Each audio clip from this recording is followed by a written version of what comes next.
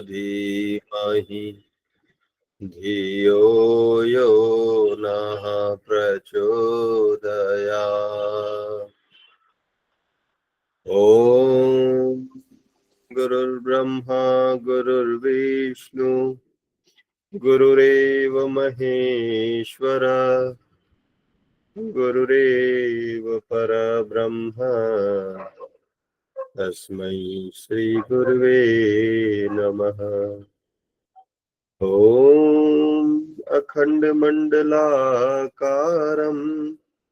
व्याप्तं येन चराचरं तत्पदं दर्शितं येन तस्मै श्री गुरुवे नमः। तस्मै श्री गुरुवे नमः। सभी को प्रणाम। भैया अमन भैया या तो देर से जुड़ेंगे या हो सकता है ना जुड़ पाए क्योंकि उनकी एक अर्जेंट मीटिंग चल रही है। ठीक है जी, तो हम लोग जी आज खुद ही कर लेते हैं वाचन और फिर मिलके हम लोग प्रस्तुतिकरण रखेंगे। जी आप वाचन हम कर देते हैं। अगर गोकुल भैया या मोहन भाई साहब से आपका संपर्क हो पाए तो प्रस्तुतिकरण आप तीनों लोग मिलके कर लीजिएगा। बाकी सभी लोग तो रहेंगे ही। ठीक है दीदी। मोहन भैया तो जुड़ गए, मोहन भैया जुड़ गए। भैया आ गए हैं। तो ठीक है मोहन भैया, आज अमन भैया हो सकता है विलम्ब से जुड़े थोड़ा, तो आज सार प्रस्तुतिकरण आपके मार्गदर्शन में हम लोग का रहे तो अच्छा रहेगा। जी जी भैया कोशिश करेंगे हम सब मिलके। धन्यवाद जी, बहुत बहुत धन्यवाद जी दीदी। तो शुरू कर सकते हैं। जी धन्यवाद भैया। आज का विषय आत्मिक प्रगति का राजमार्ग। अपने आप की समीक्षा करना, व्यक्तित्व के वर्तमान स्वरूप को समझना आध्यात्मिक साधना की दृष्टि से नितांत आवश्यक है, क्योंकि इसी आधार पर त्रुटियों का संशोधन और न्यूनता की पूर्ति करना संभव है।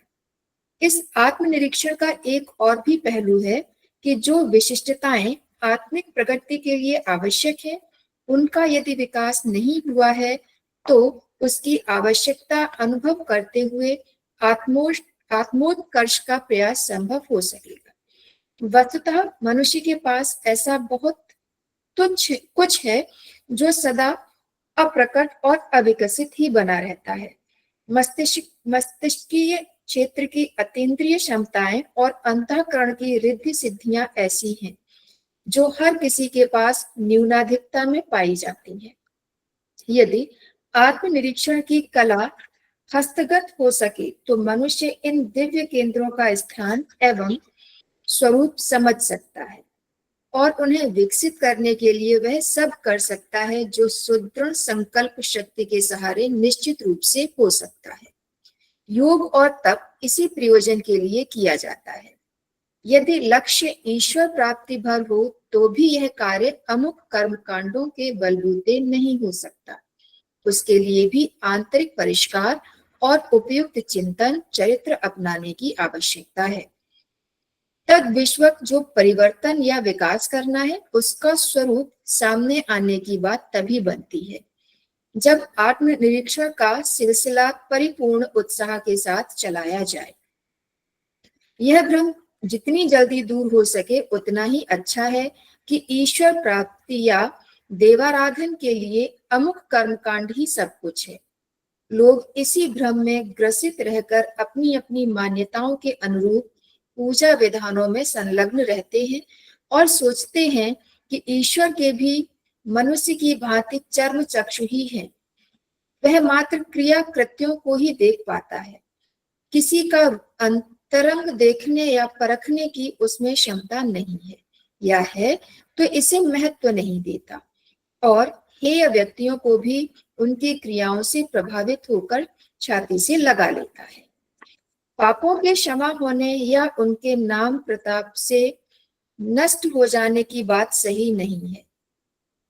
तीर्थाटन आदि कृत्यों में भी यदि कोई चाहे तो दिशा निर्देशन प्राप्त कर सकता है, पर पापों के नष्ट हो जाने या कर्म फल के उलट हो जाने की बात सोचना प्रकारांतर से ईश्वर की बड़ी व्यवस्था उलट जाने की दुराशा रखना है। प्रभु के दरबार में पुजारियों के साथ पक्षपात होने और बिना पुजारियों के दूध में से मक्खी को निकाल फेंकने की उपेक्षा का कोई विधान नहीं है। इस तथ्य को समझते ही तुरंत यह समस्या आने लगती है कि हमें अंतर्मुखी होने का अभ्यास करना चाहिए ताकि आत्मनिरीक्षण के साथ साथ आत्म सुधार का भी प्रयास चल पड़े। इनकी अनिवार्य आवश्यकता है। इस क्षेत्र में कोई सस्ते उपचार आत्म प्रवंचना के अतिरिक्त और किसी उद्देश्य की पूर्ति नहीं करते। आत्मनिरीक्षण में सर्वप्रथम शरीर और आत्मा की मित्रता अनुभव करने का प्रसंग आता है। इसके बिना यह भ्रांति बनी रही रहती है जिसे अध्यात्म की भाषा में माया कहा जाता है। माया का सार संक्षेप में इतना ही है कि चेतना अपने आप को मात्र शरीर मानती रहती है और उसके निर्वाह तक सीमित न रहकर उसे सजाने, समृद्ध बनाने, दर्पण दिखाने में लगी रहती है। वासना, तृष्णा और अहंता की पूर्ति की ही सफलता एवं प्रसन्नता का केंद्र बिंदु मान लिया जाता है। इतना ही नहीं, शरीर के साथ संपर्क साधने वाले कुटुंबी, संबंधी, मित्र, परिचित ही इस शरीराभ्यास के क्षेत्र में घुस पड़ते हैं। इन्हीं सबको वैभववान बनाने के लिए इच्छाओं और चेष्टाओं का केंद्रीकरण हो जाता है। जीवन की अवधि और शारीरिक मानसिक शक्ति का अपना इसी क्षेत्र में होता रहता है। जीवन की अवधि और शारीरिक मानसिक शक्ति का आना इसी क्षेत्र में होता रहता है। कूप मंडूक जैसी गूलर के भीतर रहने वाले भुनगों की तरह मनुष्य की स्थिति हो जाती है और वह आत्मा परमात्मा के संबंध में आत्मोत्कर्ष एवं ईश्वर प्राप्ति के संबंध में कुछ गंभीर विचार तक नहीं कर पाता। फिर सुधार विकास का उपक्रम तो चले ही कैसे। आत्मनिरीक्षण का प्रथम चरण आत्म निरीक्षण जितना गंभीर और प्रखर होता है, उसी अनुपात से शरीर और आत्मा की भिन्नता का वास्तविक बोध होता है। अन्यथा तोता रटंत की तरह आत्मा परमात्मा की चर्चा का बाल विनोद चलता रहता है। माया के बंधन शिथिल होने या कटने का एकमात्र उपाय है कि अपनी सत्ता की द्विधा स्थिति को समझा जाए। यह अनुभूति विकसित हो सके तो ही आत्मा का महत्व एवं हित सूझ पड़ता है और शरीर के पक्ष में झुकी हुई सारी प्रवृत्ति को संतुलित करने का मन होता है। शरीर संसार में अनुरक्त करता है और आत्मा को प्रायः सर्वथा उपेक्षा करता है। यह सोच तक नहीं पाता कि हमारे भीतर आत्मा नाम की कोई वस्तु भी है और उसकी भी कुछ मांग, पुकार, सुख एवं आवश्यकताएं भी हैं। इस प्रकार की अनुभूति तभी होती है जब शरीर पर अपना सर्वस्व निछावर किए रहने के ढर्रे में हेर फेर किया जाता है। आत्मा को परमात्मा का संदेश सुनने और आवाहन को अंगीकार करने की बात अंतरंग की गहराई तक प्रवेश कर जाती है। तभी यह सूझ पड़ता है कि शरीर की तरह आत्मा के निमित्त भी कुछ किया जाना चाहिए। क्या किया जाना चाहिए? इसके उत्तर में दो तथ्य उभर कर सामने आते हैं। एक यह है कि आत्म गौरव के अनुरूप व्यक्तित्व के ढलने में जो त्रुटियां चल रही हैं, उन्हें कठोरता पूर्वक नियमन किया जाए। इसी को तप कहते हैं। इस संदर्भ में कठोरता बरतनी होती है, अन्यथा अभ्यस्त दुष्प्रवृत्तियां सहज पीछा नहीं छोड़ती। तपश्चर्या में शरीर को अकारण काय कष्ट देना व्यर्थ है। इससे तो स्वास्थ्य गड़बड़ाता है। होना यह चाहिए कि ऐसा मनोबल विकसित किया जाए जो दुष्प्रवृत्तियों से मल्ल युद्ध करके उन्हें परास्त कर सके। यह संशोधन पक्ष हुआ। इसके अतिरिक्त दूसरा पक्ष श्रेष्ठता के अभिवर्धन का है। वह आत्मविश्वास और आत्मबल के आधार पर उपयुक्त कार्यक्रम बना लेने से भी संभव हो सकता है, पर इसके लिए सत्प्रवृत्तियों के समुच्चय ईश्वर की उपासना करने से भी सहायता मिल सकती है। इसे योग कहते हैं। योग का तात्पर्य है जुड़ना। किसके साथ जुड़ना? विराट ब्रह्म, समग्र समाज के साथ अपने को जोड़ना और शुद्र स्वार्थपरता के सीमा बंधन शिथिल करने का अभ्यास करना। योगी का दृष्टिकोण समता और क्रिया कल्याण सर्वजननीय हित साधना का होता है। इसके लिए अभ्यास स्वरूप राजयोग, ज्ञान योग, कर्मयोग, भक्ति योग में किसी का या सभी का समन्वयन का अभ्यास आरंभ किया जा सकता है। यही है यथार्थवादी आत्मिक प्रगति का राजमार्ग। सभी को धन्यवाद। जी मोहन भैया और प्रसून भैया। जी दीदी, बहुत बहुत धन्यवाद दीदी। जी भैया। जी जी मोहन भैया। मधुसार देख लेते हैं भैया। सभी को प्रणाम। हम सब जो है मिलजुल। भैया आवाज आ रही है? जी भैया आ रही भैया। भैया आज का जो सार है, जो टॉपिक है हमारा, वो है राजमार्ग, आत्म प्रकृति का राजमार्ग। तो ये भैया राजमार्ग का मतलब है कि सहजता से जो है हम इस मार्ग में बढ़ चले। मतलब हठ योग भी होता है, जैसे भक्ति योग या राजमार्ग।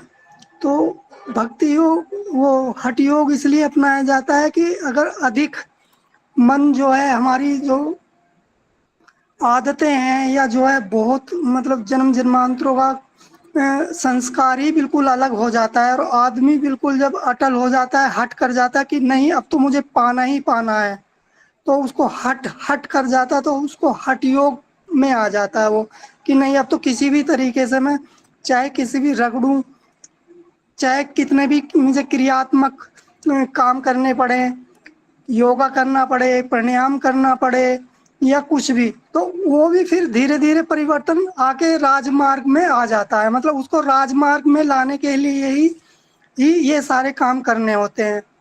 लेकिन इसमें गुरुदेव कह रहे हैं कि अगर हमारा संस्कार अच्छा बना हुआ है, पहले से इतना कोई जटिल नहीं है, तो उसके लिए राजमार्ग से काम करके अपनी आत्मिक चेतना, जो मेंटलिटी स्टेट है, जो हमारी सोच है, जो विचार है, जो उस पे हमें काम करना चाहिए। तो आध्यात्मिक साधना दृष्टि ने इसी में जैसे आत्मनिरीक्षण की का ही पहला जो पहलू दिया है, इसमें आत्मनिरीक्षण मतलब ये सोचना होता है भैया इसमें आत्मनिरीक्षण में कि हम जो हैं, एक मिनट भैया टॉपिक खुल गया।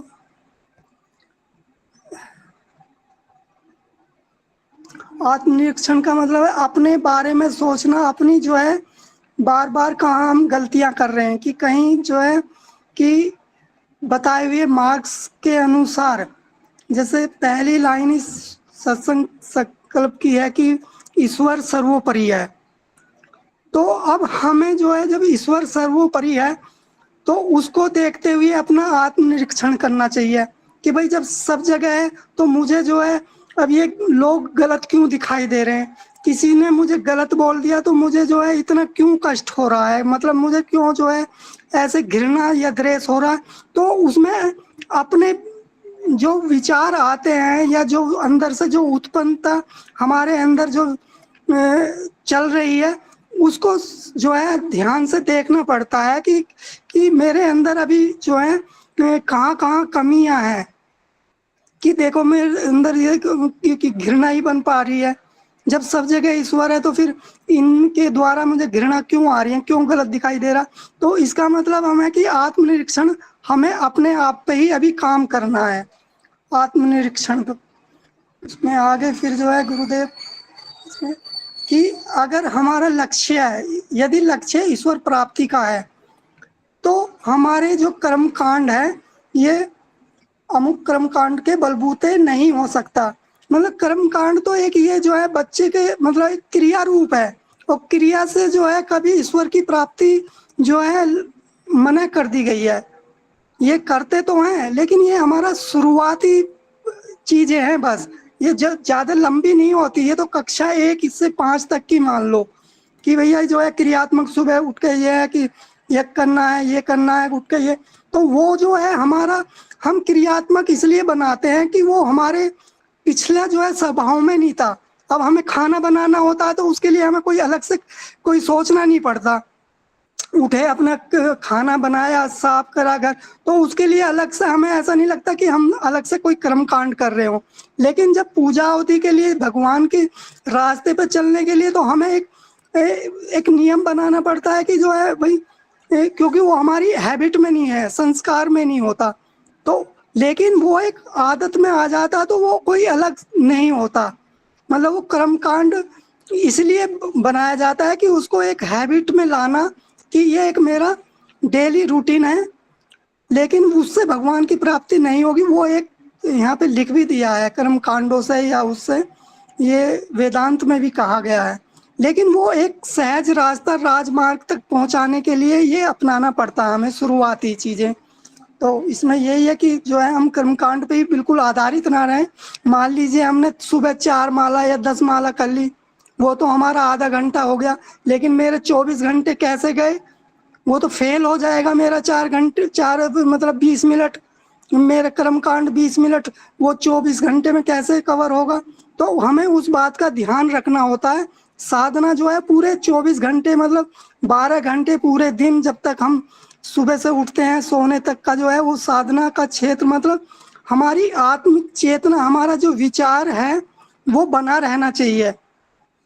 कहीं गलत तो नहीं जा रहे हम, कहीं जो है अहंता, तृष्णा या ममता में जो है तो ही बिल्कुल, या सांसारिक रूप से तो नहीं हिलज रहे हम। अब इसमें एक जगह गुरुदेव ने कहा है कि शरीर और आत्मा, यही 2 चीज हैं। शरीर का मतलब भैया ये संसार से है, पदार्थ है शरीर भी। तो शरीर 2 ही भाग होते हैं, शरीर को संसार भी कहते हैं, और जो है एक आत्मा का क्षेत्र हो गया। तो 2 भाग हैं। तो शरीर का संबंध हमारा प्रकृति है, प्रकृति, ये जो शरीर बना हुआ है ये प्रकृति का ही बना हुआ है। ये जो है 5 तत्व जो होते हैं हमारे, पंच तत्व, रूप, रस, गंध, शब्द, स्पर्श, तो कहीं ना कहीं हमें देखेंगे कि हमें यही जो है इनकी जो सूक्ष्म तन्मात्राएं, उनमें ही हम फंसे रहते हैं। तो एक एक चीज से हमें वाच करना चाहिए। वाच करना होता है कि कहीं हम किसी गंध से, कहीं रूप से, कहीं किसी शब्द से, वाणी से, और ये एक शक्तिशाली होते हैं। पृथ्वी से शक्तिशाली अधिक है रस, कि खाने में कहीं रस आ रहा है, रसगुल्ले में, कहीं हमारी अभी उसमें ही तो नहीं है, वो उसी ने ही तो नहीं फंसा लिया हमें। फिर रस से भी जो शक्तिशाली है अग्नि तत्व। रूप, अरे यार ये रूप बड़ा जो है, ये सबसे मतलब एक से एक शक्तिशाली है ये भी। तो रूप जो है फंसाए रखता है। ये कहीं जो चीज सुंदर लगती है उसी को ही जो है मन जो है उसी की तरफ चल पड़ता है। यार ये सुंदर घर है, या ये सुंदर स्त्री पुरुष है। तो लेकिन अगर हम देखें कि वास्तविकता सत्य है कि आखिर ये क्या वास्तविक ऐसी बना रहेगा पर्टिकुलर, कि पूरे समय मतलब 100 साल तक, या ये जो शरीर अभी इतना सुंदर लग रहा है, क्या ये वास्तव में ऐसा बना रहेगा? इसका मतलब ये तो परिवर्तनशील है, मुझे दिख रहा। तो फिर मन मान लेता है, जब मन को पढ़ाया जाता है कि भाई मन सुन तू, कि जो अभी 5 साल पहले जो ये जवानी थी, अभी 10 साल बाद बुढ़ापा, तो ये रूप भी सत्य नहीं है। इसका मतलब जो है अभी तू यहाँ भी मत फंस। और शब्द, फिर इससे आगे जो है भाव संवेदनाएं आ जाती हैं, ममता आ जाती है इसमें, अपने परिवार से, अपने उससे ममता जो है। लेकिन ममता और प्रेम में अंतर होता है। तो ममता में ये है कि जो है हम अपना मान लेते हैं और जो है स्वार्थ रहता है उसमें हमारा। और प्रेम में है कि निस्वार्थ, कि भैया ये प्रभु के ही हैं, सब मेरे आसपास जो भी हैं ये सब ईश्वर में है और ये ईश्वर के हैं। तो जब ये भाव रहेगा तो प्रेम बन जाएगा। नहीं तो उससे पहले क्या है कि ममता, उससे ऊपर चलेंगे तो शब्द है। और ये वाणी तो इतना जो है खतरनाक है कि जो है शब्दों के तीर तो कोई भैया झेल ही नहीं पाता। तो ये प्रकृति के 5 तत्व ही हमें जो है इनको ही विचार करना है, इन्हीं को ही जो है अपने आप में जो है ये विचार करना है कि कहीं ये मुझे फंसा तो नहीं रहे। जब इनसे ऊपर परे जाएंगे तब आत्मा का जो है रस मिलेगा। क्यों? ईश्वर रसों में है, आनंद में है। तो जब मन को जो है इन आनंद से पूर्ति नहीं होगी, जब तक इधर पूर्ति हो रही है तब तक तो वो इधर आनंद ले ही रहा है, लेकिन जब उसको उधर आनंद आने लगेगा, शांति में आनंद आने लगेगा, उसको संतोष हो जाएगा, तो वो उधर रस लेने लगता है, तो उधर प्रकृति चल पड़ती है, अपनी प्रगति पथ जो है। फिर उसको लगता है कि जो है अब अपना जो है इतने जन्म जन्मांतर हो गए हैं, तो क्यों ना ईश्वर की प्राप्ति के लिए हम अपने काम भी करते रहें और जो है काम करते करते जो है उनको भी पा लें। इसी रहते रहते ही जो है ईश्वर को देख भी लें कि यहाँ पे जो है सब कुछ ईश्वर में है। और विवेक, एक जगह गुरुदेव ने कहा है कि ज्ञान और भक्ति और कर्म, मतलब ज्ञान में भी विवेक होता है। तो विवेक के माध्यम से हम इतना तो चेक कर ही सकते हैं कि हम जो है कहाँ कहाँ फंस रहे हैं और कितना फंसना सही है। 100 साल की जिंदगी है, तो 100 साल में कहीं हम ऐसा तो नहीं कि हमारा जन्म मृत्यु का कारण बन जाए। जन्म मृत्यु हमारे विचारों पर ही निर्भर है, क्योंकि विचार ही जब हमारी इच्छा होती है तो वो कंडिस्ट मतलब पदार्थ का रूप ले लेता है और वही घटना बन जाती है। तो ये विचार बड़े खतरनाक है भैया। तो विचारों में जो है सब मतलब एक समभाव रहना चाहिए। इच्छा जो हो वे सत्कर्म वाली हो, मतलब ईश्वर में हो इच्छा। काम तो करना ही है, ईश्वर के खेत में है यहाँ पे। जब हम ईश्वर, ये धरती अलग नहीं है, ईश्वर कहीं अलग नहीं है, तो वो ईश्वर में रह के ही जो है उनको साथ में रखते हुए कि आप मेरे साथ हैं, तो बस उनके साथ जो है अपना जीवन व्यापन करना है। उनकी नजरों में कहीं जो है गलत ना हो जाए, बस कि हाँ हमारे कोई पीछे है, अदृश्य है, गुरु सत्ता है जिसको भी हम मान रखा है। कि कहीं हम अब अपनी बुद्धि, मान लीजिए सपोज करो छोटी बुद्धि है, तो हम अपनी बुद्धि का ही यूज बंद कर देंगे। हम बस वही कि गुरुदेव का जो लिखा हुआ है वो उनकी बुद्धि है, उन्होंने जो जो बताया है वेद के अनुसार आचरण, अपना चिंतन, अपना कर्तव्य। तो जब आदमी ये सोच लेता है कि भैया अपनी बुद्धि तो देखो छोटी सी बुद्धि है, ये कहीं भी धोखा दे सकती है, और गुरु क्यों ना हम गुरुदेव की बुद्धि का जो है साथ ले लें, तो उसमें क्या है कि हम जो है जो वेद के अनुसार अपना जीवन व्यापन करना शुरू कर देते हैं, तो आत्मनिरीक्षण बनता चला जाता है। इसमें जोर जो है आत्मनिरीक्षण के लिए दिया है। तो आत्मनिरीक्षण मतलब जब हम दो चीजों को कंपेयर करेंगे, एक वेद के अनुसार, एक अपने अनुसार, कहीं गलत तो नहीं जा रहे।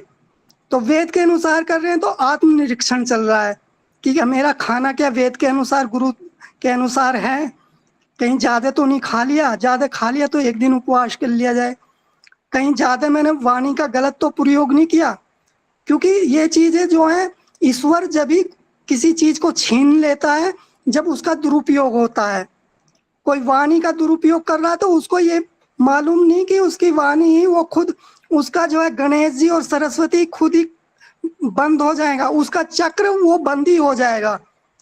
ये चक्र और जो उपचक्र जो होती हैं ये हमारे ब्रह्मांड से जुड़ी होती हैं। एक्चुअल में अंतःस्रावी जिनको उत्पत्ति का कहते हैं, एक्चुअल में हम ब्रह्मांड से अलग नहीं है, उनसे जुड़े हुए हैं हमारी। तो ये है कि ईश्वर सब जगह है, तो फिर गॉड कहते हैं अभी ओमनी प्रेजेंट है, तो फिर उसमें जो है विश्वास करके उसको जो है चल के देख लेना चाहिए, परख लेना चाहिए। और ऐसा भी नहीं है कि हमारे जीवन में कहीं जब कभी कष्ट हुए हैं, कहीं हम फंसे हैं कि ईश्वर ने हमारा उस समय साथ ना दिया हो। ईश्वर क्या करता है, एट ए टाइम जब आदमी उस वक्त उनको याद करता है तो वो उसकी हेल्प करते हैं एट ए टाइम, जब उसकी अपेक्षा कहीं और रहती है। जैसे द्रौपदी जी जब मतलब अपने पितामह भीष्म और उन पर नजर थी तो जो है कृष्ण जी आ नहीं पाए थे। जैसे ही बाद में लास्ट में जब कृष्ण जी को याद किया तो उनका चीर हरण भी वस्त्र के रूप में कृष्ण जी ने, मतलब हम ये है कि हम ईश्वर को भूल जाते हैं। भुलक्कड़ी ही सबसे बड़ी चीज होती है और उसकी स्मरण शक्ति के लिए हम ये सारे प्रयास करते हैं, अपनी भुलक्कड़ी के लिए ही सारी साधनाएं हैं अपनी भुलकड़ी के लिए की जा रही हैं भैया। तो भैया साथ के साथ समय भी देखते रहेंगे आगे, और इसमें देख लेते हैं माया के बंधन शिथिल होने पर या कटने पर एकमात्र उपाय है कि अनुभूति विकसित हो सके, आत्मा का महत्व एवं हित सूझ पड़ता है। शरीर के पक्ष में झुकी हुई सारी प्रवृत्तियों को संतुलित करने का मन होता है। मतलब शरीर के लिए हम सारे कुछ करते रहते हैं, आत्मा प्राय सर्वथा अपेक्षा ही करते रहते हैं आत्मा की, मतलब ईश्वर की हम अपने स्वरूप की जो है हमेशा उपेक्षा करते रहते हैं। उपेक्षा करने पे जो है कि वो फिर डार्क एरिया में चली जाती है फिर, क्योंकि ईश्वर ने छूट दी हुई है ना, जीव को स्वतंत्रता दी है कि वो उस अपने इच्छानुसार कुछ भी कर सकता है। मतलब तो ये है कि हमारा जो है इसमें जो शुरू में दिया है गुरुदेव ने लक्ष्य 50% तो तभी कार्य शुरू हो जाता है कि हमारा जीवन का लक्ष्य अगर सही से बन जाए। अगर हमारा ये हो तो आधा तो लक्ष्य बनने पे ही, क्योंकि देखिए पूरा ब्रह्मांड लॉ ऑफ अट्रैक्शन विज्ञान ने भी सिद्ध कर दिया है कि जब आप किसी बारे में सोचते हो, चिंतन करते हो, विचार, तो वो वैसा ही बनता चला जाता है आदमी। तो ये जो है लक्ष्य, जीवन का लक्ष्य अगर हमारा है कि इसी जीवन में हम भगवत प्राप्ति करें, ईश्वर का साक्षात्कार करें, ईश्वर को यहीं पे देख लें, तो अगर हमारा ये रिपीट एंड रिपीट बना रहेगा, इसको हम भूले ना, तो ये है कि ईश्वर भी हमारी हेल्प करती है, प्रकृति भी हमारी हेल्प करने के लिए तैयार रहती है। और प्रकृति तो बिल्कुल हाथ बढ़ा के रखती है कि कोई इस पथ पे चले तो वो कल्याण में सत्ता, अभी पिछली चेतन अचेतन में आया था ये कि एक सत्ता ऐसी भी है कि वो जो है मार्गदर्शन के लिए भी, गुरु सत्ता को ही जो है अखंड मंडलाकार है, वो मार्गदर्शन करने के लिए हमेशा तत्पर रहती है, लेकिन उसी का ही करती है जो चाहता है। चाहत का खेल है यहाँ पे, पूरा सारा खेल जो है चाहत का है, चाहत पे ही पूरा टिका हुआ है। तो ये योग का तात्पर्य है जुड़ना, इसमें बाद में गया है। इसके लिए सत्वर्तियों का समुच्चय ईश्वर की उपासना करने से भी सहायता मिल सकती है, यानी कि हम जो सत्वर्तियां रखें अपनी सत्य कर्म ही करें, मतलब सत्य पे जो आधारित है, छल कपट झूठ अपवित्रता, क्योंकि सारी साधना करते हैं हम पवित्र बनने के लिए, छल कपट से दूर होने के लिए। तो इसमें देखो लिखा भी है ईश्वर उपासना, सत्य वृत्ति की समुच्चय ईश्वर की उपासना करने से भी सहायता मिल सकती है, इसे योग कहते हैं। इसको योग कहते हैं कि हम उनकी बात पर विश्वास करके और चल पड़े जैसे भी। अब तो देखा जाएगा कि चलो क्या होगा, लाभ हानि, कितनी लाभ हानि हो जाएगी, उस लाभ हानि को ना मन में जितनी मन हमारा सुचार आना, जितना हमें डरा रहा है उससे भी ज्यादा सोच लो कि मन तो बहुत डराता है ना, ये थोड़ा मन जो है आगे खड़ा होके बात भी करता है ना, उसे हर पल डराता रहता है, अरे यार मेरे बिना कैसे होगा, बच्चों का कैसे होगा, अरे यार बच्चों का ये मेरे, अरे चलाने वाला जब बच्चों को, जो जिनके बच्चे मर जाते हैं, या जो है बच्चों का जो अन्न कौन उत्पन्न कर रहा है, और जो है सारी ये, इसको मन को भी जो है कब्जे में तभी आता है जब उसको पढ़ा दिया जाता है। अच्छा ऐसा कुछ नहीं है कि ईश्वर और अच्छा हमसे अच्छा ज्यादा जो है हमारे बच्चों, और हमारा कहाँ से आ गए बच्चे, वो जब उसमें गुरु गीता में भी ये कह दिया, ईसा वासोपन जो कुछ है मेरे इष्ट का है, मेरे गुरु का है, मेरे ईश्वर का है, तो बच्चे भी ईश्वर का ही हुए ना, तो धन भी ईश्वर का हुआ ना, ये सब कुछ जब ईश्वर का है तो अपना क्यों मान लेते हैं, तो यहाँ गड़बड़ी हो जाती है। अपना मानने पे ही जो है मन हमें जो है दुख देता है। यहाँ पे जब उनका मान लेते हैं तो मालिक का मालिक का मानते तो मालिक को कुछ नहीं करना होता, फिर तो बाग में हो उसके खेत में, और बाग में जो है भैया रखवाली का काम है बस, कि भैया मुझे कर्तव्य दिया गया है बच्चों का, जैसे भी जो परिस्थितियां, ईश्वर से बोल दो परिस्थितियां आप ही देखोगे, क्योंकि मेरे हाथ में है तो है नहीं परिस्थितियां, परिस्थितियां बनाओगे। हाँ मेरे हाथ में एक चीज है, चलना ना चलना, हाँ मैं ना चल सकूं तो आप बताओ, लेकिन परिस्थितियां तो आप ही, मालिक तो आप ही हैं। आपने बच्चों का जो है, ठीक है मेरी 10,000 20,000 इतनी इनकम है, उसी के अनुसार जो शिक्षा जैसी भी बन पड़ती है मैं उनको खिला सकता हूँ, दौड़ा सकता हूँ, कल को किसी प्रकार की मन जहां तक डराए तो उसको वहां तक मन को और समझा दिया जाए भैया। तो यही है इसमें जो है इस योग का तात्पर्य है जुड़ना। किसके साथ जुड़ना? विराट ब्रह्म, इस पूरे संसार के साथ जुड़ जाना और सुदृढ़ स्वार्थपरता की सीमा बंधन शिथिल करने। ये जो सुदूरता आती है ना, छोटे विचार आते हैं जैसे स्वार्थपरता, देखो स्वार्थता को ही जो बंधन कहा है। जब हम स्वार्थ वाला दृष्टिकोण अपना लेते हैं तो बस हमारी गाड़ी गई, मतलब जो है अब जो है वो फिर ईश्वर का जो पर्दा है वो पड़ा ही रहेगा। ईश्वर जब है तो उनको क्या दिक्कत है? अब तो उनके साथ बात करनी चाहिए कि अब प्रभु अब तो आप जो है ना दिखाने वाली बात है, लेकिन मुझे मेरे गुरुदेव ने इतना तो बता ही दिया है कि तुम आप हर जगह हो।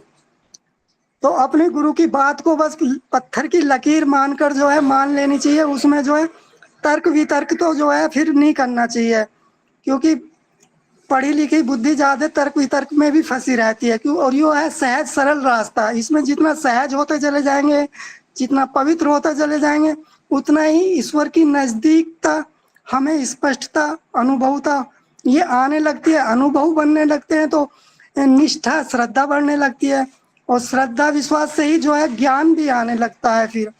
तो इसी में यही किया गया कि इसके लिए अभ्यास स्वरूप राजयोग, ज्ञान योग, कर्म योग, भक्ति योग में किसी या सभी के समन्वित का अभ्यास आरंभ किया जा सकता है।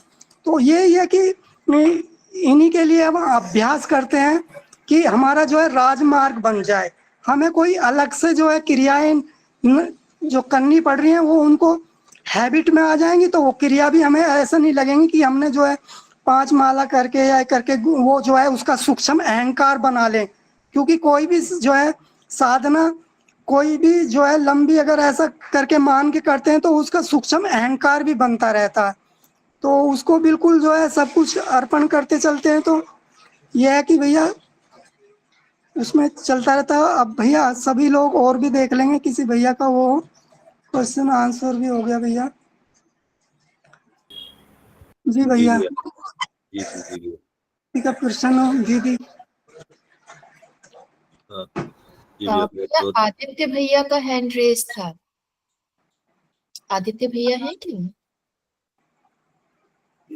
आदित्य भैया अभी तो दिख नहीं रहे थे। उनका बीच में हैंड रेस हो सकता है। नहीं, आदित्य भैया अभी नहीं है। जी। मीना दीदी है, किरण दीदी है, तो रसूल भैया आप बहुत दिनों से कुछ नहीं हम लोगों को बताए हैं, आप बताइए कुछ। दीदी मनोज भैया ने बहुत ही अच्छे से इस विषय को रखा और बहुत ही विस्तार से रखा। मुझे लगता है कि जो जितनी उसको इस गहराई से समझ पाता है वो उसको इतनी ही गहराई से रख पाता है। और मनोज भैया कभी कभी ऐसा लगता है कि अपनी समझ इतनी विकसित भी नहीं हो पाती है कि हर चीज को हम पकड़ पाए, लेकिन आ, आ, आप लोगों का जब वो विस्तार आता है तो फिर उस चीज को देख पाते हैं, समझ पाते हैं कैसे है, क्या है। तो दीदी मुझे लगता है कि इसमें हम लोग चर्चा की तरह रखें तो ज्यादा अच्छा रहेगा। जो सबसे पहला मतलब मेरे अंदर एक प्रश्न आया, इस पे तो हम लोग बहुत दिन से चर्चा, मतलब मन पे जब हमारा ये वाचन और सब चल रहा है प्रस्तुतिकरण, तो ये बात कई बार आई है कि हम जो है अपने को शरीर नहीं आत्मा माने, लेकिन उस पे हम लोग अ, हमेशा जो है कभी स्थिर तो हम रह नहीं पाते, रहते भी नहीं है, वो ऊपर नीचे लगा रहता है। लेकिन इतनी तो मान्यता, इतना तो ध्यान अब आ गया है। हाँ ठीक है, हम वो है तो वो तोता रटन वाली स्थिति भी है, कभी कभी हम लोग उस स्थिति में भी आते हैं। तो इसमें जो बात आ रही है, जो शीर्षक इसका कि आत्मिक प्रगति का राजमार्ग, तो हमें आत्मिक प्रगति की आवश्यकता कब महसूस होती है? एक मुझे प्रश्न ऐसा मन में आया कि इसकी आवश्यकता हमें महसूस कब होती है। वैसे तो हम अपने साधारण अपने जीवनचर्या में चलते रहते हैं, लेकिन कभी तो कुछ ऐसा पॉइंट आता है कि लगता है कि नहीं, कुछ तो जो है खालीपन है। और वो हम पीछे से पढ़ते हुए आ रहे थे, वो समझ में भी आ रहा है, अब इसका उत्तर भी मिल गया है कि वो खालीपन क्यों महसूस होता है। मुझे और लगता है भैया, जो हम लोग मतलब ये सभी के साथ होता होगा, जब कहीं हमें कोई ऐसी हमारे लोगों से उम्मीदें होती हैं और जब वो उम्मीदें पूरी नहीं होती या कोई ऐसी हमारे साथ घटना दुर्घटना हो जाती है जहां हमें लगता है हमने क्यों लोगों से उम्मीद की, करना तो हमें ही था, कैसे करना था, तो वहां पे हम निरीक्षण शुरू कर देते हैं हमसे कहाँ गलती हुई। और फिर अगर हम उसको और मतलब लेमेंस लैंग्वेज की अगर बात करें तो एक आत्मसम्मान वाली स्थिति भी आती है। वहीं पे हम अपनी प्रगति के बारे में भी सोचने लगते हैं। और हमारे हिंदुस्तान में ना, जब अब हम पुरानी बात अगर छोड़ दें, अपना अपना प्राचीन समय छोड़ दें, आज की स्थिति में अ, हम आत्मिक प्रगति कह लें या अ, हम लोग जो सत्संग में बैठते हैं या भजन पूजन करते हैं, हम लोग एक धारणा सी बना रखी है कि पहले बच्चों से फ्री हो जाएं, समाज की तरफ से जो हमारी जिम्मेदारियां उनसे फ्री हो जाएं, तब हम थोड़ा अपने बारे में सोचना शुरू करेंगे, अपनी प्रगति के बारे में सोचना शुरू करेंगे। और तब तक जैसा मोहन भैया कह रहे हैं कि बहुत वाकई में बहुत देर हो चुकी होती है। कई बार कहा जाता है ना, बासी फूल नहीं चढ़ाए जाते। जब समाज को आवश्यकता नहीं रही तब हमने सोचा भगवान के चरणों में खुद को अर्पित कर दें। तब हमें अच्छा बुरा सही गलत सब दिखाई देने लगता है, जबकि सही गलत तो देवन से हमारे साथ हो रहा था, तब हमने नहीं देखा। और हम जिस दौड़ में भी लगे हुए हैं,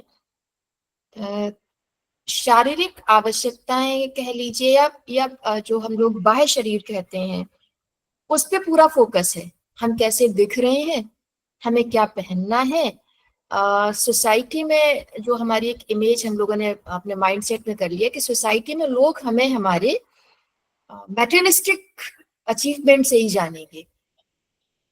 ठीक है, कुछ हद तक ऐसा है भी, हम इसको नकार नहीं सकते, लेकिन जैसे कहते हैं ना, ऊपर से तो अच्छे हैं, जैसे ही मुंह खोला तो पता चला सब सब कुछ गड़बड़ है। तो ऊपर का भी ध्यान रखना है, उससे ज्यादा अंदर का ध्यान रखना है। ऐसे कह सकते हैं 25% हम अपने आप को प्रेजेंटेबल रखें और 75% हम अपने आप को मेंटली प्रेजेंटेबल रखें, कि जब हम लोगों के बीच जाए तो कोई ये हमारे कुछ चीजें ऊपर वाले की देन है, हम उनमें कुछ नहीं कर सकते, लेकिन हमारा पहनना ओढ़ना उठने बैठने का तरीका शारीरिक का भी हिस्सा है, मानसिक का भी हिस्सा है। तो शरीर पर वस्त्र अच्छा हो, अच्छे से मतलब कोई हम ब्रांड की बात नहीं कर रहे, साफ सुथरा हो। आजकल जो एक चला है क्या डैमेज बोलते हैं, रैग बोलते हैं, क्या बोलते हैं भगवान जाने, वैसा कोई कपड़ा ना हो। सभ्य समाज में एक दायरे के अंदर हमारे वस्त्र हो, हमारा अपीयरेंस हो, और जब हम मुंह खोले तो फिर सबका ध्यान हमारे कपड़ों से, हमारे शरीर से हटके सिर्फ दिमाग की तरफ फोकस्ड हो जाए। और वो हम लोग हट गए हैं। हम हमेशा सजावट मतलब आर्टिफिशियल डेकोरेशन में लगे हुए हैं, जो एक वाकई में हमारी नीड है। कुछ पढ़ना चाहिए। अब पढ़ने में भी हम लोग देखें, कोई भी पढ़ाई पढ़िए, चाहे वो आपकी प्रोफेशनल हो, चाहे वो आपकी एकेडमिक्स हो, चाहे हमारी स्पिरिचुअलिज्म की हो, हम कोई भी पढ़ेंगे तो नॉलेज तो बढ़ ही रही है, और वो नॉलेज अपने अपने फील्ड में हमको हेल्प करती है। जब हम लोगों के बीच में बात करने लायक नहीं होते, या हमें लगता है यार यहाँ पे हम रुक गए, हम अपनी बात नहीं रख पा रहे, तो वो भी एक निरीक्षण है कि हम कहाँ पे रुक रहे हैं। तो भौतिक भी देखना है और आध्यात्मिक भी देखना है, समाज के साथ चलना है।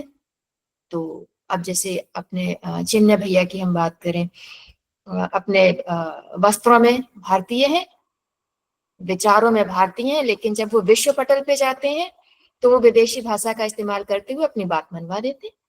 तो अब हम ये नहीं कह सकते कि जी हमको अंग्रेजी से चिढ़ हो जानी चाहिए, हम क्यों सेकंड लैंग्वेज यूज करें, या हमारा बच्चा सिर्फ अपनी लोकल लैंग्वेज या डायलेक्ट या मातृभाषा में बात करेगा। नहीं जी, आवश्यकता है। और ये भी हो सकता है अगर कहीं आवश्यकता पड़े कि भैया को वेस्टर्न आउटफिट पहनना पड़े, तो कोई बुराई नहीं है। आवरण थोड़ी देर के लिए रखा है, अंदर से तो हम वही है। जब परत खुलेगी तो हम जानते हैं कि हम क्या है। कुछ मतलब आत्मिक प्रगति पे हम लोगों का ध्यान वाकई में बहुत बहुत कम है। जब तक कोई ठेस नहीं लगेगी, जब तक कोई चोट नहीं लगेगी। जैसे एक और उदाहरण ले सकते हैं, जब जब हम लोग शमशान घाट से गुजरते हैं, तुरंत हमारे अंदर विरक्ति हो जाती है कि अंततः तो हमें यही आना है, तो हम किसके पीछे दौड़ रहे हैं, चलो भगवान भजन करते हैं। तो तभी क्यों आता है? जो आया है वो जाएगा जरूर, जिसकी उत्पत्ति है उसे नष्ट भी होना है। ये विचार हमारे साथ हर समय नहीं रहता, विचार हमारी जगह जगह बदलते रहते हैं। तो वैसे ही हमारी आत्मिक प्रगति होती है, फिर हम वापस आ जाते हैं। तो वो हम उस तरीके से वही है कि जब जो मुझे लगता है जब तक कोई चोट नहीं लगती हम उस तरफ सोच ही नहीं पाते हैं। बाकी मिथिलेश दीदी का हैंड रेस है। जी मिथिलेश जी का। सभी को नमस्कार। अच्छा भैया है, सॉरी। कोई बात नहीं, मेरा नाम ही ऐसा है कि लड़कियों का भी नाम होता है, लड़कों का भी नाम होता है। सॉरी भैया। कोई जी बात भैया। तो बहुत अच्छी चर्चा चल रही थी। मैं थोड़ा रेगुलर नहीं रहता, लेकिन जब भी बाहर से आया तुरंत ज्वाइन किया मैंने। तो मैं थोड़ा इसको फिजिक्स के नजरिए से समझने की कोशिश करता हूँ मैं। तो फिजिक्स में जैसे कि कहते हैं कि Newton first law of motion क्या क्या कहता है कि जो वस्तु जिस अवस्था में उसी अवस्था में रहती है जब तक उसके ऊपर बाह्य बल न आरोपित हो। हिंदी में कह रहा हूँ, हिंदी भाषी लोग ज्यादा लोग हैं, है ना। Newton first law of motion यही कहता है। मेरा ऐसा मानना है कि चाहे मैटर हो चाहे कॉन्शियसनेस हो, एक सीमा के बाद से जैसे कहा जाता है अध्यात्म की फ्रीक्वेंसी होती है, विवेकानंद ने कहा था कि पर्टिकुलर फ्रीक्वेंसी के बाद से मैटर भी चेतना में कन्वर्ट हो जाता है। तो यदि हम मैटर को चेतना को दोनों को पैरेलल लेते हैं तो जो बात मैटर के ऊपर लागू होती है वो चेतना के ऊपर भी लागू होती है। तो हमारा जो साइकिक स्टेट ऑफ माइंड है वो भी जिस अवस्था में रहना, जिस अवस्था में उसी अवस्था में रहना चाहता है जब तक उसके बाह्य बल ना आरोपित हो कि किया जाएगा। आदमी कंफर्ट जोन से डिस्कम्फर्ट जोन में जाना नहीं चाहता है, वॉलंटरी जाना नहीं चाहता है सामान्य तौर पर। लेकिन जो ऐसी घटनाएं घटती हैं जैसे कि मैडम अर्चना मैडम बता रहे थे कि बाह्य घटनाएं जो घटती रहती हैं वो हमें कंपेल करती हैं। अब प्रश्न उठता है कि बाह्य घटनाएं तो दिन प्रतिदिन होती रहती है, लेकिन हमारे जो पूर्व जन्म के संस्कार हैं और जो बाह्य घटनाएं हैं यदि वो कहीं ना कहीं उनके आपस में कुछ इक्वेशंस बनते हैं तब हम अध्यात्म की तरफ मुड़ते हैं। आत्मिक प्रगति का सीधा साधा संबंध मैं समझता हूँ कि अध्यात्म की तरफ मुड़ना, और अध्यात्म की तरफ मुड़ने का मतलब मैं मानता हूँ कि आदर्शों की तरफ मुड़ना। लेकिन दुर्भाग्यवश आज तो आदर्शों की बात करना और ये करना तो मजाक का विषय हो गया। आदर्शों पर किसी की निष्ठा रही नहीं तो गुरुदेव ने कहा था कि मुझे 10,000 डायमंड चाहिए। अब मैं गायत्री परिजनों से यही पूछता रहता हूँ, अपने आप से पूछता रहता हूँ कि आज तो हम कहते हैं कि 15 करोड़ हम लोग परिजन हो गए हैं। ऐसा शांत कुछ हरिद्वार गया था तो मुझे बताया गया, लेकिन 10,000 हीरे कहाँ रहे? गुरुदेव तो 10,000 हीरो की केवल बात कहे थे। तो मेरे हिसाब से आत्मिक प्रगति जो बाह्य घटनाएं घटती रहती हैं और इसके साथ ही साथ पूर्व जन्म का संस्कार भी आपका जो कई जन्मों से चला आ रहा है, दोनों का कॉम्बिनेशन बनना जरूरी है। तो उसके बाद से आप आत्मिक प्रगति तरफ मुड़ते हैं। जैसे बालक ध्रुव का कहानी लीजिए, उसके साथ भी घटना घटी, मुड़ चला। घटना घटी महात्मा बुद्ध के साथ भी घटना घटी अंदर के जो पूर्व जन्म की थी चीज जो प्रस्तुत होना था तो आ गया, घड़ी आ गई। जैसे फिक्स में कहते हैं कि कोई इवेंट होने के लिए आपके 4 पैरामीटर 4 डायमेंशन में बात करते हैं, एक्स वाई जेड टी। तो उसी तरह से ये पैरामीटर्स मैं ऐसा समझता हूँ कि बाहर घटनाओं का होना और अंदर के पूर्व जन्म के संस्कार का मिलना, जब दोनों मिलते हैं तो आत्मिक प्रगति की राह खुलती है। बस इतना ही मैं ऐड ऑन करूंगा। मैं आगे चर्चा जारी रखे, बहुत अच्छी चर्चा चल रही है। धन्यवाद। बहुत बहुत आभार भैया, बहुत बढ़िया बात कही।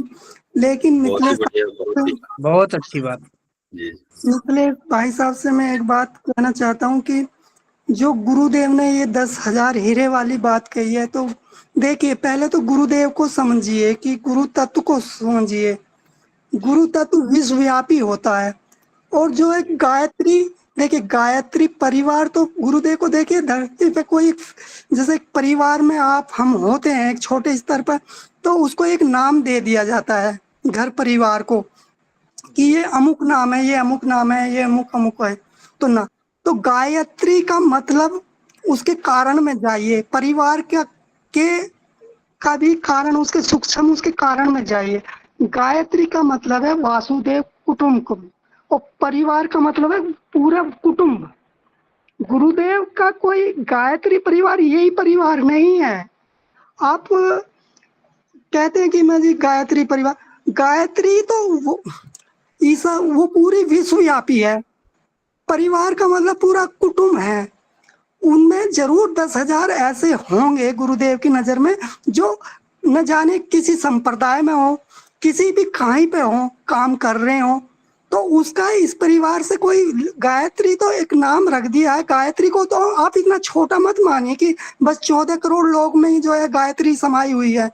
गायत्री विश्वव्यापी है, और परिवार का मतलब ही कुटुंब है, पूरा विश्वव्यापी। गुरुदेव के मेरी जो क्षमता है वो 500 से 600 अरब लोगों को संभालने की है। तो आप बिल्कुल भी इसमें चिंता मत कीजिए कि 10,000 ही, वो उनकी नज़र में जो है 10,000 बिल्कुल, अगर बोला है तो उनकी नज़र में होंगे वे।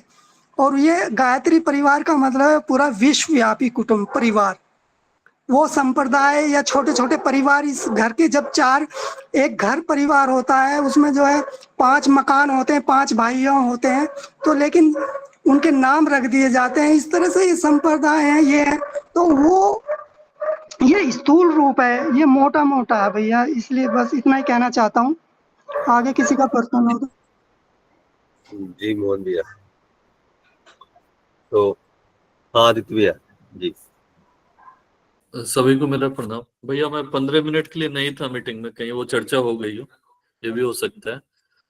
गुरुदेव लिखते हैं कि आत्मनिरीक्षण में सर्वप्रथम शरीर और आत्मा की मित्रता अनुभव करने का प्रसंग आता है। इसके बिना वह भ्रांति बनी रहती है, जिसे अध्यात्म की भाषा में माया कहा जाता है। इसकी थोड़ी व्याख्या चाहिए, मतलब मुझे इस पूरे लाइन की।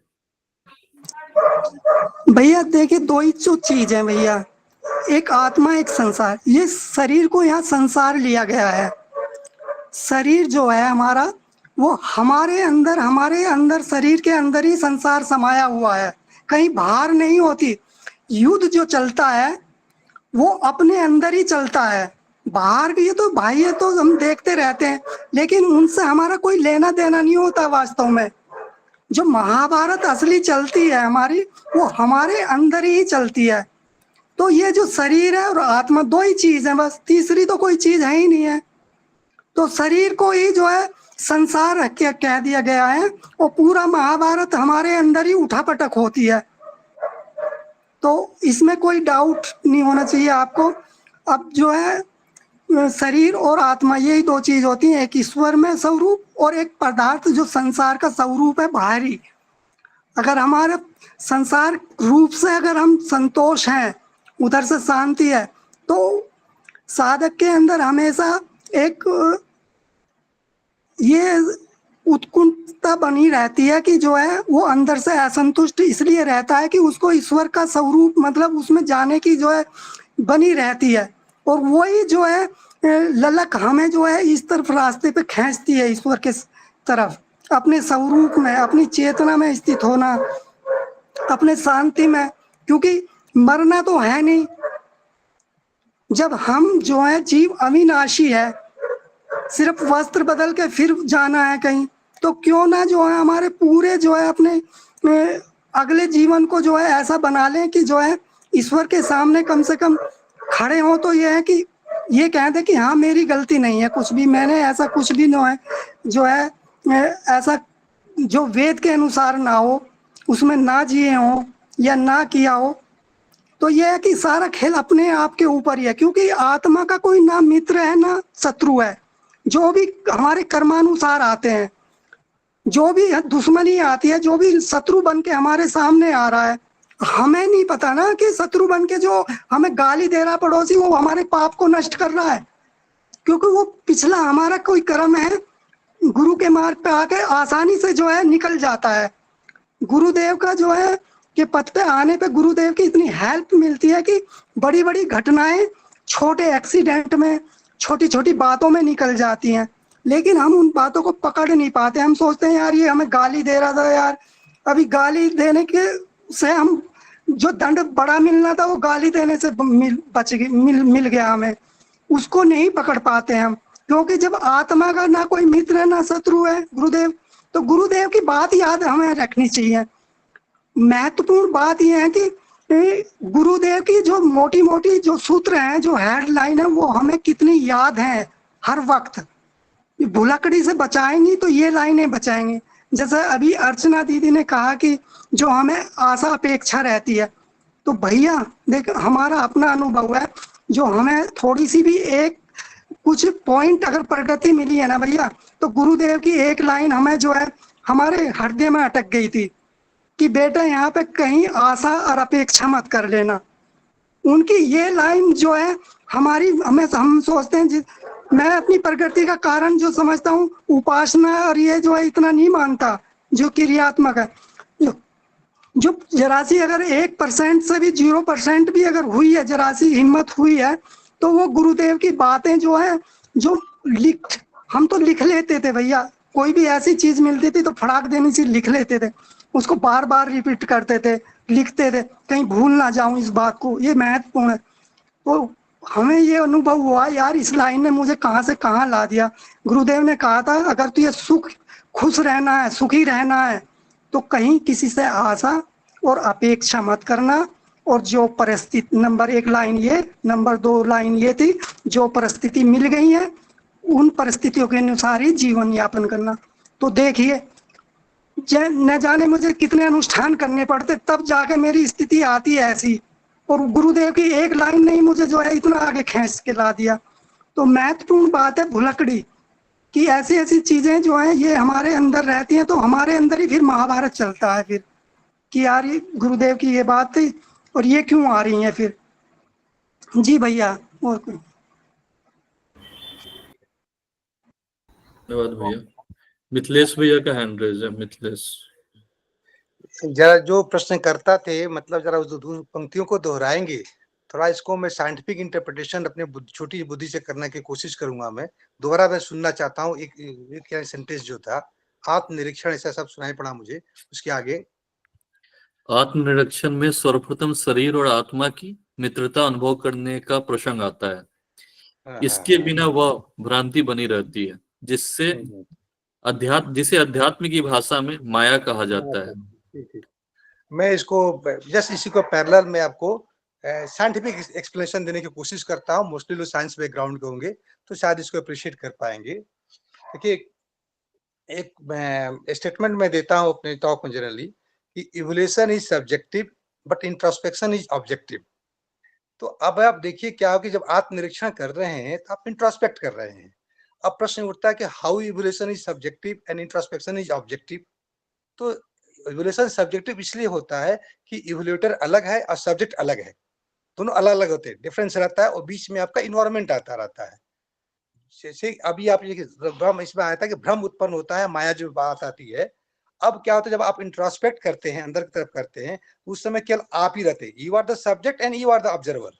इवोल्यूटर भी आप ही हो, मूल्यांकन करता भी आप ही हो, और करता भी आप ही हो, दोनों आप ही है। इसके बीच में तीसरा कोई नहीं है। यदि आप किसी और की टिप्पणी लेते हैं, कोई और आपको बारे में कोई टिप्पणी करता है, आप अच्छे हैं, बुरे हैं, साधक नहीं है, तो उसका अपना जजमेंट होता है और उसके अपने परसेप्शन बीच में वेरी करता रहता है। लेकिन जब आप खुद अपने निगाहों से देखते रहते हैं और करते रहते हैं, तो बीच में कोई आपका माध्यम नहीं रहता है, तो आप ऐसी चीजों को देख पाते हैं, अपने चीज को समझ पाते हैं। तो इसमें बीच में आपका कोई माध्यम नहीं रहता है। अब सूक्ष्म रूप से जाने पर हमारी जो मेंटल फ्रेम ऑफ रेफरेंस है वो थोड़ा प्रभावित करती रहती है, लेकिन लगातार प्रयास करने के बाद से आपका बीच का जो परसेप्शन मेरे वो भी हटता जाता रहता है। तो मेरे कहने का मतलब क्या है कि मैं ऐसा मानता हूँ कि अध्यात्म का जो पहला अल्फाबेट जो शुरू होता है, जो थोड़ा बहुत मैंने कहा है, वो इंट्रोस्पेक्शन से शुरू होता है।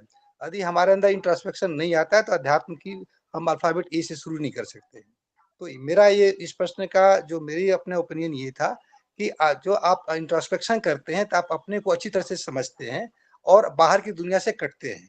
और कहीं मैं कविता में लिख रहा था, इसमें लिखा था कि बाहर की दुनिया जितनी छूटती जाएगी, अंदर की दुनिया उतनी खुलती जाएगी। तो आपको और बाहर अंदर की दुनिया में खुलने का तरीका इंट्रोस्पेक्शन ही है, और कोई तरीका है नहीं। और जितनी अंदर की दुनिया खुलेगी उतना ही बाहर की दुनिया छूटेगी, या बाहर की दुनिया माया है, माया छूटती जाएगी। तो एक मेरा एक नया पर्सपेक्टिव देने की कोशिश किया। अच्छा है, आप लोगों को पसंद आया होगा।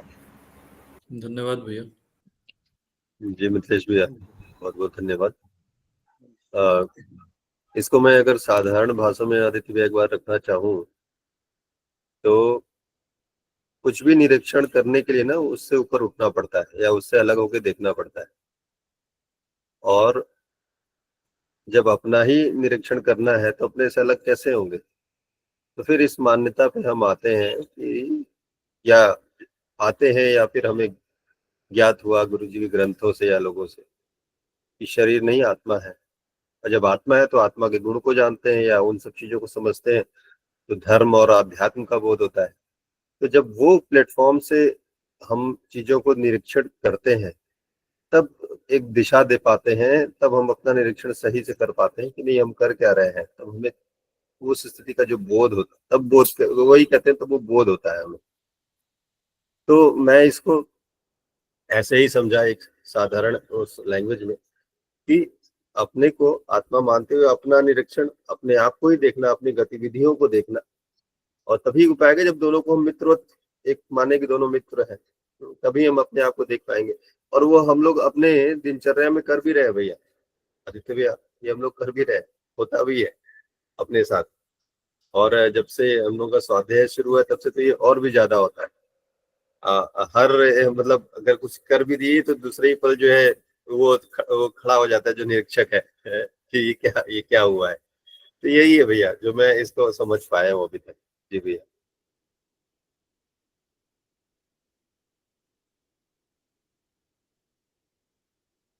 ठीक है भैया, धन्यवाद। ऐसे भी भैया आत्मा जो होता है वो शांत वाच्य की तरह होता है। मेरा समझ ये कहता है जब भी हम कोई कर्म करते हैं तो एक बार जरूर बताता है कि भाई इस कर्म का मतलब क्या स्थिति होने वाला है। हम उसको इग्नोर करके आगे बढ़ते हैं वो अलग बात है, लेकिन वो एक बार जरूर बताता है। तो वहीं पे हम थोड़े स्वार्थी हो जाते हैं भैया। आत्मा बताती है आप गलत करने जा रहे आत्मा हो, बताती है, हर बार बताती है जी, और हम स्वार्थी हो जाते हैं, नहीं नहीं कौन देख रहा है। तो हाँ, या कौन देख रहा है, या जब होगा तब देखा जाएगा। इग्नोर कर देते हैं। जी, हम लोग कुछ अच्छा होता है तो तुरंत उसका क्रेडिट ले लेते हैं, मैंने किया। और जैसे ही थोड़ा सा भी पॉइंट्स में भी कुछ गड़बड़ हुआ, भगवान तुमने क्या किया।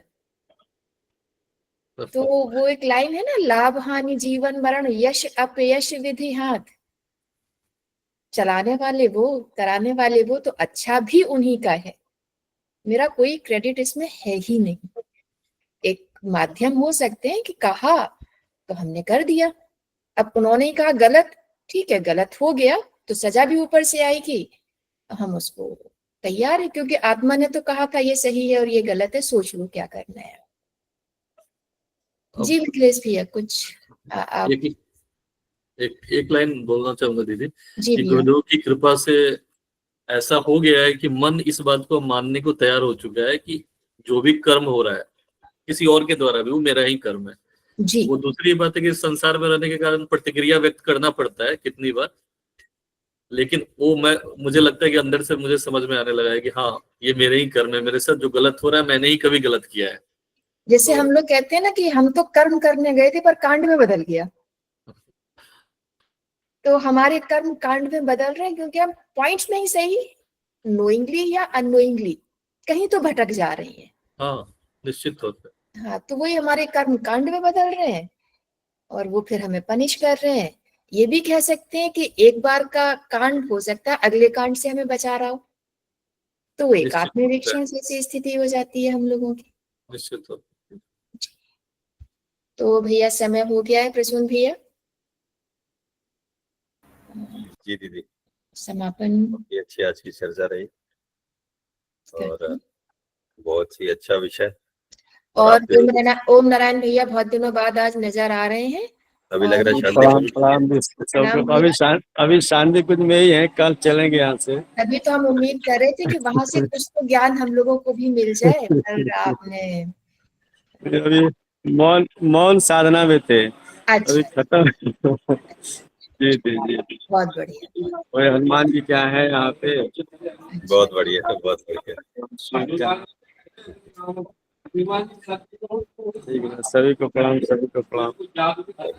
वहाँ भैया मौसम कैसा है अमरान जी? मौसम बहुत गर्मी है यहाँ पे। शांति कुछ जैसा मौसम नहीं है, एकदम बिल्कुल गर्म हवा चल रही है। नहीं भैया, ऐसी नहीं कहिए, शारीरिक गर्मी है, मानसिक शांति है। और नहीं, सुबह भी ना बहुत होगी। एक दो लड़के बेहोश भी हो गए थे बगल में, बाप रे। तो हॉस्पिटल पहुंचाना पड़ा। अच्छा, भीड़ भी बहुत होगी हाँ इस समय, भीड़ काफी होगी। हाँ जी, भीड़ बहुत है, बहुत भीड़ है। ठीक है भैया, तो समय हो गया है, हम लोग जी भैया, प्रणाम। कक्षा को विराम जी, देते हैं। जी जी, तो आज के लिए शांति आप सभी को प्रणाम। गुरु जी गायत्री माता को आज के स्वाध्याय के लिए, उनके मार्गदर्शन के लिए करते हुए शांति पाठ। ओम शांति शांति शांति। प्रणाम सभी को। सभी को प्रणाम। सभी को प्रणाम। दीदी।